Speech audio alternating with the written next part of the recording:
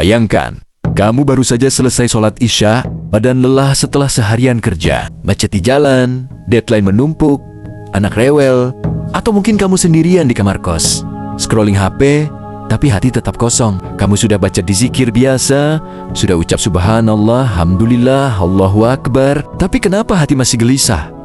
Seperti ada yang kurang, seperti Allah terasa jauh, padahal kita tahu Dia Maha Dekat. Malam ini, mari kita duduk bersama, bukan sebagai guru dan murid, tapi sebagai sesama pejalan yang sedang mencari ketenangan sejati di tengah dunia yang semakin ramai dan hati yang semakin gersang. Kita akan berjalan pelan mengikuti sebuah perjalanan hati, perjalanan yang dimulai dari lisan, lalu turun ke dada, hingga menyentuh relung paling dalam.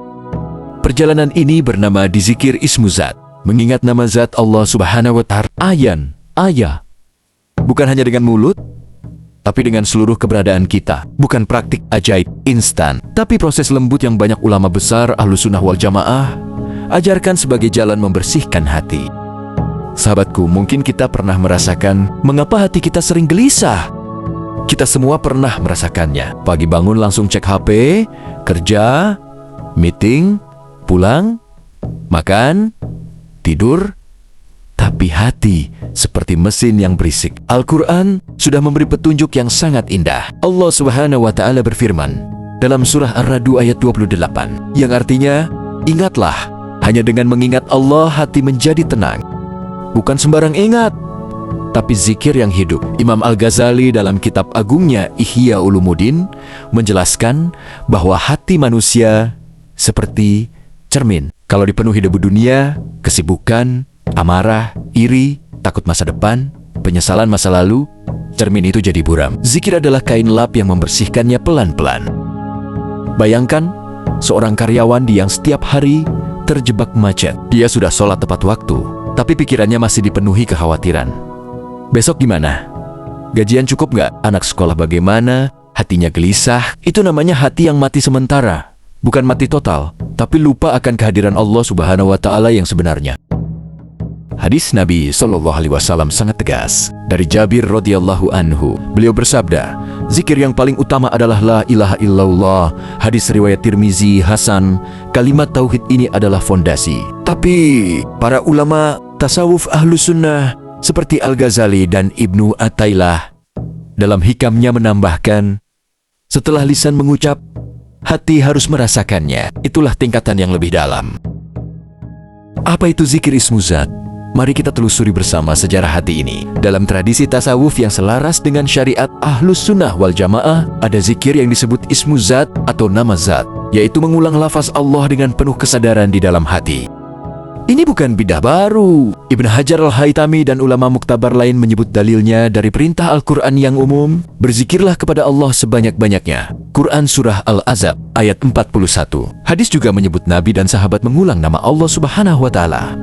Imam Al-Ghazali dalam Ihya Ulumuddin menegaskan bahwa zikir lisan adalah awal, lalu zikir hati adalah tingkat berikutnya, hingga hati benar-benar hadir bersama Allah. Bayangkan seperti ini, kamu lagi duduk di warung kopi sore hari, atau nunggu antrean di bank. Alih-alih pikiran melayang ke masalah, kamu pelan-pelan tarik napas, dan di dalam dada, tanpa suara keras, kamu bisikan Allah. Allah bukan memaksa, tapi mengajak hati untuk ingat, yang mengatur segala urusanku ini adalah Allah Subhanahu wa Ta'ala. Yang memberi rezeki adalah Allah Subhanahu wa Ta'ala. Yang melihat gelisahku adalah Allah. Ini tasawuf praktis, bukan meninggalkan dunia, tapi menghidupkan dunia dengan kehadirannya. Al-Ghazali bilang, zikir terus-menerus akan menghilangkan hijab atau tirai antara hamba dan Tuhannya. Hati yang tadinya gelisah karena takut kehilangan pekerjaan, perlahan menjadi tenang karena tahu segalanya kembali kepadanya. Mari kita hidupkan ini dalam rutinitas kita. Pagi hari, kamu bangun, sebelum HP disentuh, duduk sebentar di tepi kasur. Tarik napas dalam. Rasakan detak jantung. Lalu, pelan-pelan, di dalam hati, Allah. Ingat bahwa napas ini adalah karunia-Nya. Banyak orang kehilangan napasnya tiba-tiba. Kamu masih diberi kesempatan. Di tengah kerja, bos marah.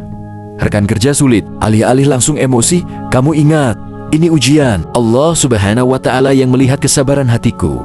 Zikir hati membuat kamu tidak mudah terbakar amarah, karena hati sudah penuh dengan Yang Maha Kasih. Malam hari, saat anak sakit, atau pasangan bertengkar, atau kamu merasa gagal, dunia terasa berat. Di sini zikir Ismuzat menjadi pelukan, bukan menghilangkan masalah, tapi mengubah cara hati menghadapinya. Kamu sadar, aku bukan sendirian. Allah Subhanahu wa Ta'ala bersama hambanya yang sabar. Imam Al-Ghazali memberikan contoh indah, seperti air yang menetes pelan-pelan ke batu, lama-lama melubangi. Begitu zikir hati, awalnya terasa biasa. Lama-lama, ia membersihkan sifat-sifat buruk, iri, sombong, tamak. Hati menjadi lebih lembut, lebih bersyukur, lebih ikhlas. Refleksi akhir di bagian ini. Bayangkan, 1 bulan lagi, hati yang tadinya gelisah karena deadline dan masalah keluarga, kini lebih sering tenang karena ada Allah yang berdetak di dada. Bukan karena masalah hilang, tapi karena cara kita menghadapinya berubah. Ini tasawuf praktis yang sesungguhnya. Self-improvement yang menyentuh jiwa, bukan sekadar produktivitas duniawi. Kita semua sedang dalam perjalanan. Allah Subhanahu wa Ta'ala melihat usaha hati kita, bukan kesempurnaan kita. Mulailah hari ini, pelan-pelan. Semoga hati kita semakin dekat dengannya.